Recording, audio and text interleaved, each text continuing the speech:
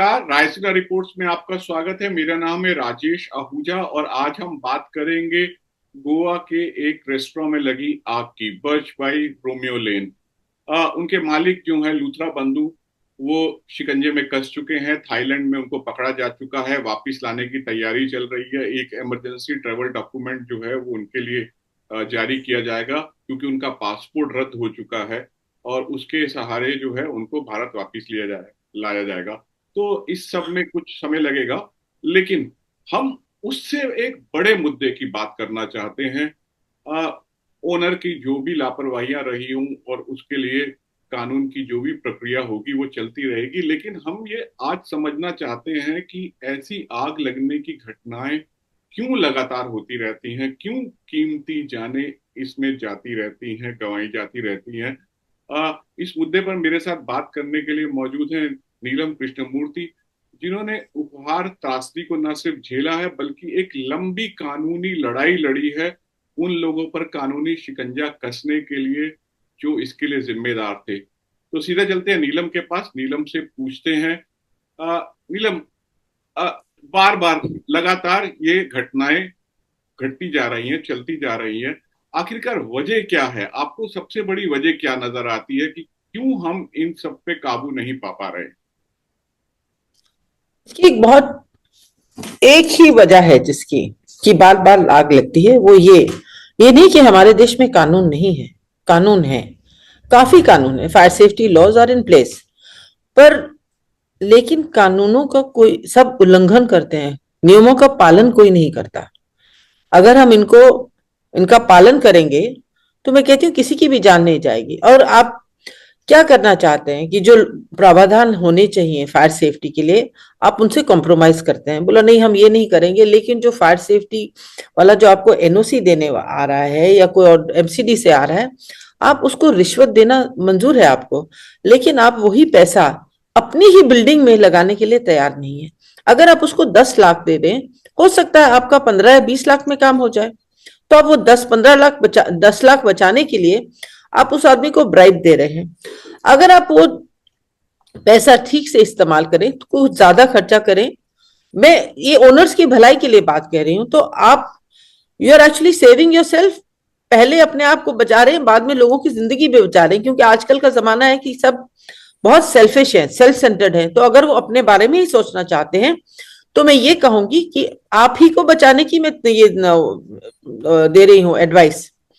अगर आप ये सब जितने भी फायर सेफ्टी मेजर्स हैं उन्हें लगाएंगे तो आपका जो प्रेमिसेस है वो फायर सेफ होगा और इंसिडेंट्स नहीं होंगे। अगर इंसिडेंट हो भी गया तो कम से कम लोगों की मौत नहीं होगी। अगर मौत नहीं होगी तो आप भी बाल बाल बच जाएंगे, आपको भी केस नहीं भुगतना पड़ेगा, क्योंकि आप ही की प्रेमिसेस है, आपका नुकसान हुआ है। तो you will get the sympathy also. शायद आपको इंश्योरेंस से पैसा भी मिल जाए जो आपका प्रेमिसेस आपने इंश्योर कराया होगा। मतलब जैसे अब हम जो गोवा की घटना है उसके बारे में जब मैं पढ़ रहा हूं, तो ऐसा नहीं है कि ये एकाएक ऐसी त्रासदी हो गई। जो जिस एरिया में ये नाइट क्लब है उसको लेकर बहुत पहले से शिकायतें आ रही थी और जो नोटिस, अब जो शो कॉज नोटिस जो जारी हुए उनसे उनसे समझ में आ रहा है कि वहां पर बहुत सारी लापरवाहियां बरती गई थी, जो कि वहां पे लोगों की जान बचाने में कामयाब हो सकती थी अगर वो सावधानियां बरती गई होती। तो ये कौन सी सावधानियां हैं जो कि हर एस्टेब्लिशमेंट ओनर को इंश्योर करना चाहिए कि ऐसी तमाम जगहों पर आग लगने की घटना ना हो? अगर खुदा ना खास्ता ऐसा कुछ हो भी जाए तो कम से कम जैसा आपने कहा कि लोगों की जान ना जाए। बिल्कुल, हमारी पूरी जितनी वो है इसी के लिए we should work towards this कि लोगों की जान ना जाए, सबसे ज्यादा जरूरी है। मैं नहीं कह रही हूँ कि आग नहीं लगेगी, आग के हाथ से नहीं होंगे, लेकिन हमें यही कोशिश करना। और उसके लिए बहुत बेसिक सी चीजें हैं। फायर सेफ्टी मेजर्स, जैसे कि आप स्मोक डिटेक्टर लगाइए, फायर अलार्म लगाइए, फायर अप्लायंसेस इन प्लेस रखिए, जो फायर एक्सटिंग्विशर्स हैं। और इन सबसे जो ज्यादा जरूरी चीज है वो है एग्जिट डोर्स, निकासी का दरवाजा। आप देखेंगे कहीं भी जहां हादसा होता है तो पहली बात तो मोस्टली ये होता है शॉर्ट सर्किट हुई और आग लग गई, लेकिन लोगों की मौत आग से नहीं होती। लोगों की मौत जाती है ड्यू टू एस्फिक्सिया, क्योंकि वो लोग प्रेमिसेस से बाहर निकल नहीं पाते और उसी जगह उन लोग का दम घुट जाता है, उसकी वजह से लोगों की मौत होती है। अगर आप निकासी के लिए दरवाजा रखेंगे, लोग आराम से बाहर निकल जाएंगे। लोग क्यों कॉम्प्रोमाइज करते हैं कि हम यहाँ पे एक ही दरवाजा एग्जिट रखेंगे, एक ही एंट्री रखेंगे? आप एज पर रूल्स दीजिए। अगर रूल्स कहता है कि यहाँ 2 या 3 दरवाजे होते हैं तो आप वहां रखिए, क्योंकि एक्सपर्ट्स ने बैठ के वो रूल्स बनाए हैं कि अगर 100 लोग हैं तो उनके लिए एक दरवाजा काफी है, 200 लोग हैं तो 2 दरवाजे, और 300 हैं तो 3 दरवाजे। ये चीज हमने उपहार में भी प्रूव किया था। तो बात यह है कि आप अगर रूल्स को लेटर एंड स्पिरिट में फॉलो करेंगे तो आप बहुत से हादसों को रोक सकते हैं। आग लगेगी, जरूर लगेगी, लेकिन मैं ये मानती हूँ, मेरा बहुत जरूरी ये मानना है कि रूल्स को फॉलो करना बहुत जरूरी है। नीलम, और आपने आजकल बात करी, जी जो ये नाइट क्लब को लेके भी कहा जा रहा है कि वहां पे sufficient numbers of exit doors जो हैं वो नहीं थे, ना ही उनकी उतनी विड्थ थी जिससे लोग तुरंत बाहर आ सकते थे। और हमने ये देखा कि उपहार के मामले में भी एक एक एग्जिट का रास्ता बंद करके वहां पे एक्स्ट्रा सीट्स लगाई गई थी। इसका मतलब ये है कि ना अथॉरिटीज ने ना ओनर्स ने कोई सबक नहीं सीखा है। जी बिल्कुल, ये अगर सबक सीख लेते तो शायद हादसे नहीं होते, क्योंकि आप देखिए उपहार में भी हुआ कि बालकनी में, क्योंकि 300 लोग थे तो इसलिए वहां पे 3 एग्जिट डोर होने चाहिए थे, क्योंकि मैं आपको बता रही थी कि 100 के ऊपर एक दरवाजा होना चाहिए। तो अगर वहां पे एक ही दरवाजा था और जहां पे एग्जिट डोर था वहां ओनर्स ने अपने लिए एक स्पेशल 8 सीटर बॉक्स बना लिया और एग्जिट को बंद कर दिया, गैंगवेज बंद कर दिए। तो इसी तरह क्लब में भी अगर आपने वो नंबर ऑफ एग्जिट्स नहीं प्रोवाइड किए तो आप मुझे बताएं, जो लोग अंदर आग में फंस गए हैं तो वो कैसे बाहर निकलेंगे? इसीलिए लोग किचन की तरफ भागे, किचन की तरफ भागे।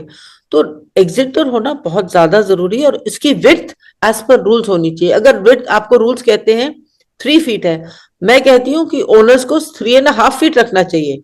आप ज्यादा दे दीजिए, कम मत रखिए, क्योंकि at least in case of emergency लोग बाहर तो चले जाएंगे। बिल्कुल और बिल्कुल। आप ये सोचिए कि आप कितना बच सकते हैं उसके बाद। अगर आपके प्रेमिसेस में आग लग जाए और किसी का कोई जान नहीं जाएगी तो आपके ऊपर कोई केस भी नहीं होगा, आपको ऐसे भागना नहीं पड़ेगा। नीलम, एक एक और इसमें मुद्दा बार बार लगातार आता है कि मल्टी अथॉरिटीज जो हैं वो बहुत सारी हैं जो जो फायर सेफ्टी के नॉर्म्स की जिनके पालन करवाने की जिम्मेदारी है, licensing plus fire safety norms, और बहुत सारी मल्टीपल एजेंसीज हैं।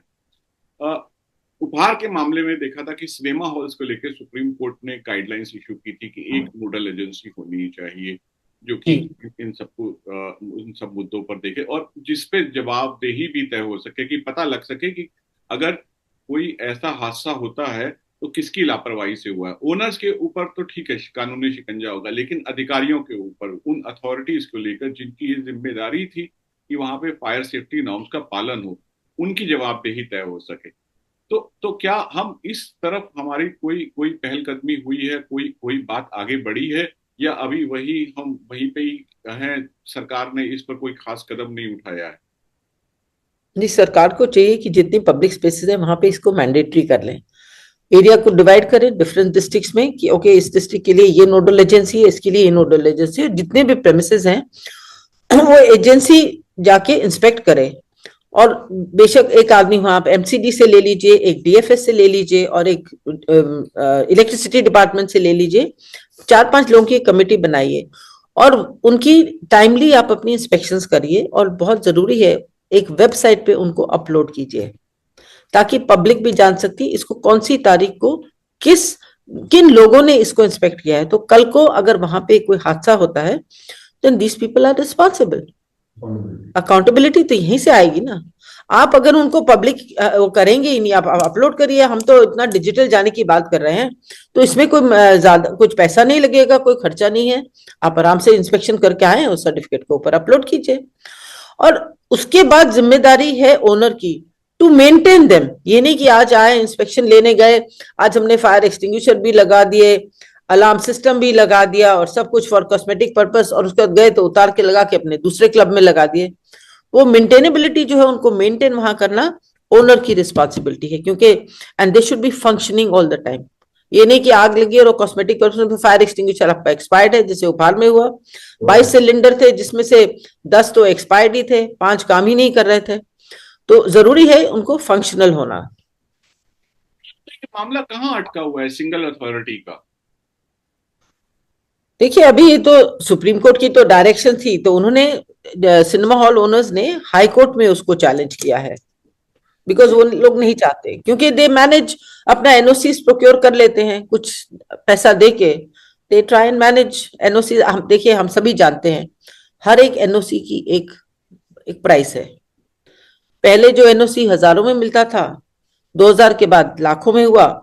अब क्योंकि बिल्डिंग्स करोड़ों में बन रही हैं, तो एनओसी अब फायर के जो है, जो जबकि आप करोड़ों की बिल्डिंग है तो करोड़ों का एनओसी और ऑक्यूपेशन सर्टिफिकेट लेते हैं। ये तो अभी सिनेमा हॉल्स का ही मामला अटका हुआ है।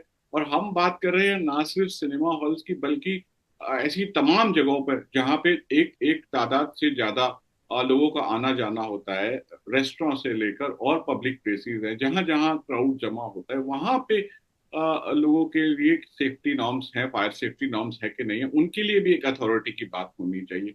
तो क्या सरकार को अपने अपने आप, जरूरी नहीं है कि उनको कानून से, सुप्रीम कोर्ट से या किसी हाई कोर्ट से क्या कहते हैं डायरेक्शन की जरूरत, तो सरकार ये काम खुद ही कर सकती है? बिल्कुल, ये काम सरकार को ही करना चाहिए। सरकार का काम है ये, कोई डायरेक्शन सुप्रीम कोर्ट से नहीं आनी चाहिए। कानून बनाना हमारे पार्लियामेंटेरियंस का काम है, वो क्यों नहीं कानून बनाते। और उसके बाद बहुत जरूरी, जो मैं एक बहुत साल से ये बात कह रही हूँ, एक ऐसा कानून होना चाहिए which should deal with man made disaster. क्योंकि आप अभी देखेंगे कि इस तरह के जो हादसे होते हैं, उसमें ज्यादातर इनको 304A में ही चार्ज किया जाता है। अगर आप कल्पेबल होमिसाइड 304 पार्ट 2 में भी कर देंगे, तो भी कोर्ट जो है कन्विक्शन 304A में करेगी, क्योंकि उधर उपहार केस साइड किया जाएगा, और उपहार केस सुप्रीम कोर्ट तक चला गया है। तो मैं सरकार को भी लिखा है। मैंने पहले ये बात 2008 में उठाई थी, मैं राष्ट्रपति जी से मिली थी, मिस्टर वीरप्पा मोइली से मिली थी, और उन्होंने कहा कि मैं ठीक कह रही हूँ, कानून की जरूरत है, और इसलिए इसको लॉ कमीशन ऑफ इंडिया के पास भेजा गया। लॉ कमीशन ऑफ इंडिया ने एक रिपोर्ट भी बनाई है, and they submitted a paper to the government कि कानून में बदलाव लाने की जरूरत है, ऐसा एक कानून होना चाहिए। तो अगर ऐसा एक कानून, पर सरकार ने कुछ नहीं किया। मैं सरकार को लिख के थक गई हूँ, और क्योंकि सरकार एक आम आदमी की बात तो मानती नहीं है, वहां तो बड़े बड़े एक्सपर्ट्स बैठे हैं, पर हम सलाह दे सकते हैं। अगर ऐसा कानून होगा जिसमें 10 से 14 साल की सजा है, तो एक ये बड़ा स्ट्रांग मैसेज आएगा, और उसमें एक स्पेशल प्रावधान ही होना चाहिए कि ट्रायल मैक्सिमम इन 2 इयर्स, ताकि जल्दी डिसाइड हो, नहीं कि 20-30 साल एक केस को लग रहे हैं। अगर आप मैसेज देना चाहते हैं, और उनको जेल भेजवाइए। मैं आपको लिख के दे रही हूं कि ये जरूर चेंज आएगा। अब आप देखिए, जब किसी पॉलिटिशियन की डेथ हुई, तो उन्होंने रोड सेफ्टी लॉस तो चेंज कर दिए, क्योंकि वो एक वीआईपी था। पर आग में ज्यादातर आम आदमी ही मरते हैं। आम आदमी की जान की किसी को भी कदर नहीं है। It is very unfortunate. ये आम आदमी है जो इनको पार्लियामेंट में भेजते हैं, लेकिन आम आदमी के लिए कोई नहीं सोचता। ये बहुत ही दुर्भाग्यपूर्ण है नीलम, क्योंकि लोकतंत्र जो है वो आम आदमियों से चलता है। और कानून के बारे में ये कहा जाता है कि न्याय ना सिर्फ होना चाहिए बल्कि होते हुए दिखना भी चाहिए। उम्मीद की जानी जी। चाहिए कि जो गोवा की त्रासदी है वो ऐसी लास्ट घटना होगी, हम ये उम्मीद करते हैं। और एक सबक लिया जाएगा तमाम अथॉरिटीज को लेकर, न सिर्फ केंद्र सरकार बल्कि गोवा सरकार, लोकल पुलिस सब मिलके ऐसे कदम उठाएंगे कि ऐसी घटनाओं को दोबारा से दोहराव ना हो पाए। नीलम, आपका रायसीना रिपोर्ट से जुड़ने के लिए बहुत बहुत शुक्रिया। आगे भी हम उम्मीद करेंगे कि आपसे हम फायर सेफ्टी नॉर्म्स को लेकर और बात करें, लेकिन वो बात हम तब करना चाहेंगे जबकि ऐसी कोई घटना ना वजह बने। जनरली हम आपसे बात करना चाहेंगे। बहुत बहुत शुक्रिया जुड़ने के लिए। शुक्रिया।